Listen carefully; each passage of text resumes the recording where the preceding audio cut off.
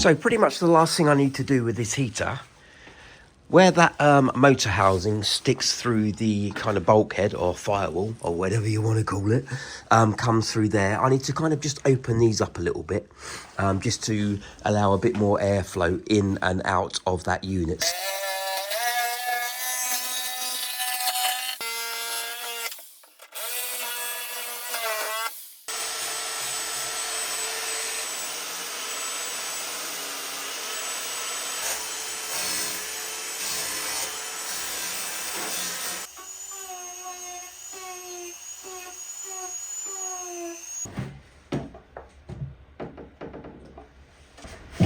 It helps if I put it the right way around.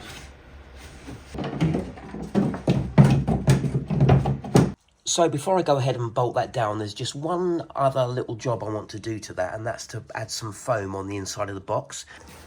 I'm just going to pop a bit of Sikaflex 522 into some of these panels where there's gaps. Just make it kind of as airtight as I can.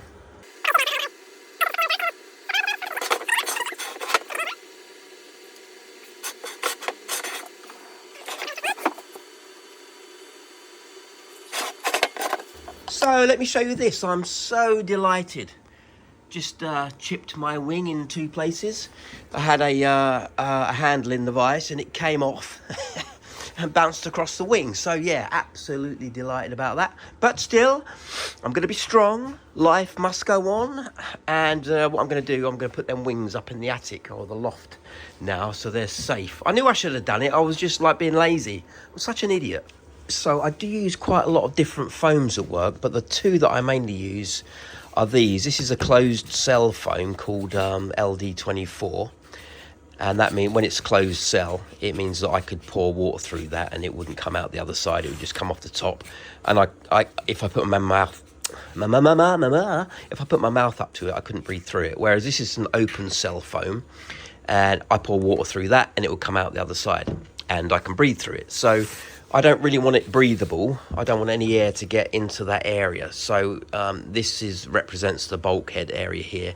So I'm going to do a slither of this. This compresses up nicely. It will stay compressed over a long period of time. Something like Evazote is a kind of better foam for this. It's more springy. But this will last years and years in a compressed state. And I use this stuff called Ultra Adhesive. I get on eBay, and it's absolutely brilliant contact adhesive. One of the best I've found, actually, used in van conversions.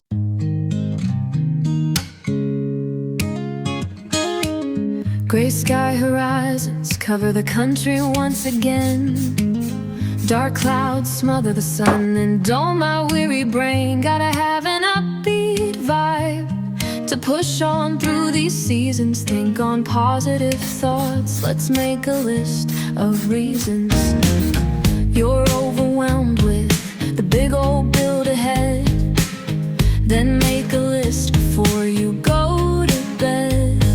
Split that build into smaller bite-sized chunks. You'll feel pride at the end of all those months.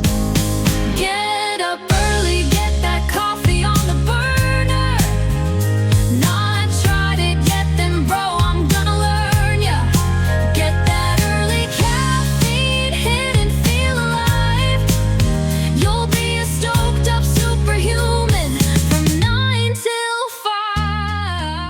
So the good thing about this LD24 foam, and actually most foams, is that you can sand them. This is 80 grit sandpaper, and I was just radiusing the edges really. Don't go too bananas with sandpaper on foam, or you'll tear it. So look how easy it is to kind of make a great big mess of that. So you just want to kind of dance sandpaper across the top of foam for the best results. Sometimes it's hard to get up out that door, and you may wonder just what it's really for. Well, my friend, don't stay in feeling bored. You'll be cruising in the sun, that's your reward. Get up early, get that coffee on the burner. So I didn't want to bore you with too many boring details, but I've just put a layer of foam on the outside edge, just so that it kind of snuggles up into that spot and is kind of draft proof. I'm going to try and snuggle that in there now and see what happens.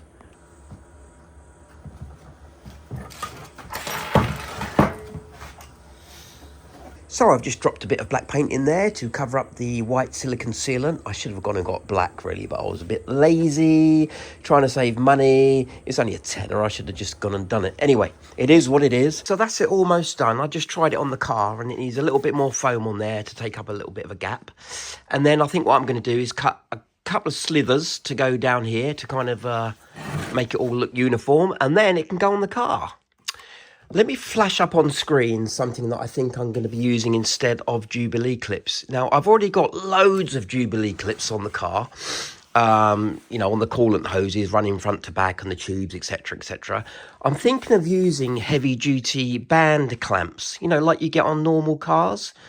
And what I'm trying to do is take out the maintenance aspect of Jubilee clips. And the reason I say that is because when I put the Jubilee clips on the heating system and then ran the car for, I don't know, a good half hour, these felt really loose, which really surprised me. So I'm kind of thinking by having bands, I eliminate all that kind of maintenance side of stuff in the future. And I've probably got heading for, I don't know, by the time this heater installation is done, I'm probably heading towards, I don't know, 50 Jubilee clamps, which is quite a lot of maintenance. So yeah, let's have a think about that.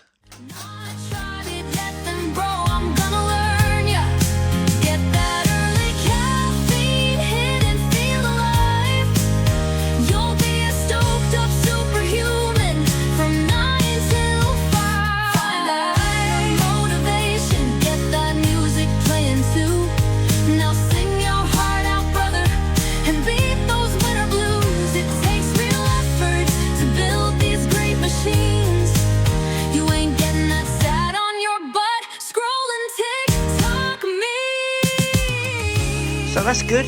I've managed to scratch up all the nice work that I've done already. So typical me, not taking enough care of what I've done. So we've got a foam insulation pieces all around the inside of that now. So it's kind of draft proof. There shouldn't be any draft coming through there.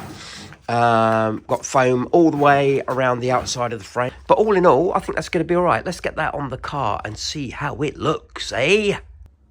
So there we go. That's all installed. That foam's worked really well, giving it a nice kind of draft-proof seal around it all. Goes right around the sides. Oh, that's a really great shot, well useful. And at the back there. So yeah, pleased with that. So I'm not going to plumb that in just yet. I'm waiting for a few bits and bobs to turn up from that carbuildersolutions.com. Not that I'm sponsored by them, they're just very good. I've decided to do the plumbing a little bit differently. Now, what I was going to do, and I was blabbering on about in the last video, was pick up on these coolant lines going to and from the radiator. So the reason behind not picking up on these coolant lines there and there, I think if I take coolant away from the radiator, and plumb it in there, I'm going to start getting unstable temperatures. So there is a correct way of doing this really, and the Subaru has its own dedicated heater kind of line, and I'll show you what I mean by that.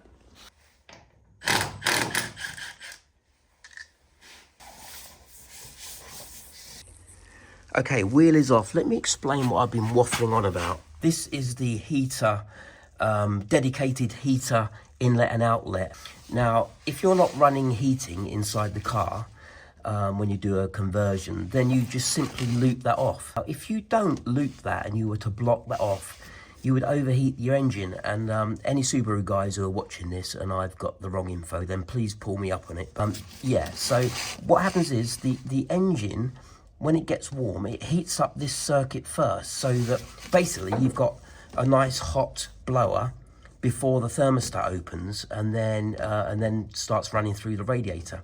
So it means that you get, you know, interior heat quicker than you would normally. So I could run the heater line, you know, the outlet all the way up to here, and then I could send it back the other way.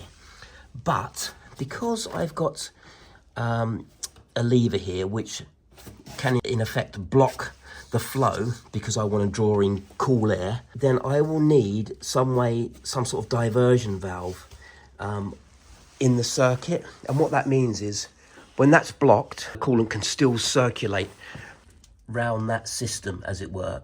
I'm going to run the coolant lines underneath the car, and I'm waiting for some bits and bobs to turn up, so that will take shape, which is going to be this week sometime. So I'll update you on that. So I don't want to spoil it too much because I've taken loads of video footage of what I'm doing here. But basically I'm working on the steering column and seeing if I can make my own custom boss for the deep dish steering wheel there. I'll cover that in more detail in the next video. I don't want to make these videos like 20 minutes long anymore. People just aren't watching them. And actually when I watch 20-minute videos of other people's work, unless they're really interesting, well, I don't watch 20 minutes worth. So the analytics are showing that, you know, about 6 minutes is the max. So I'll try and keep them short. Hopefully won't send you to sleep. So yeah, thanks once again for watching. And actually, I've got some great news. My channel has just become monetized. I just wanted to say a huge thank you as well for all your support. I've been getting some really nice messages, encouraging, helping to spur me on to get this build done. And some good news as well, my YouTube channel has just become monetized as well. So that's really great. That means that I've reached the YouTube criteria of 4,000 watched hours in the last 365 days. And you also need a minimum of 1,000 subscribers for that. So reaching that milestone was really good. It was something to kind of work towards. And now I'm making 10p a day on my videos. So yeah, onwards and upwards. So yeah, I won't be retiring anytime soon. But anyway, just wanted to say thanks for your support. It's been much appreciated, and I'll see you on the next video. It takes real effort to build these great machines. You ain't getting that side.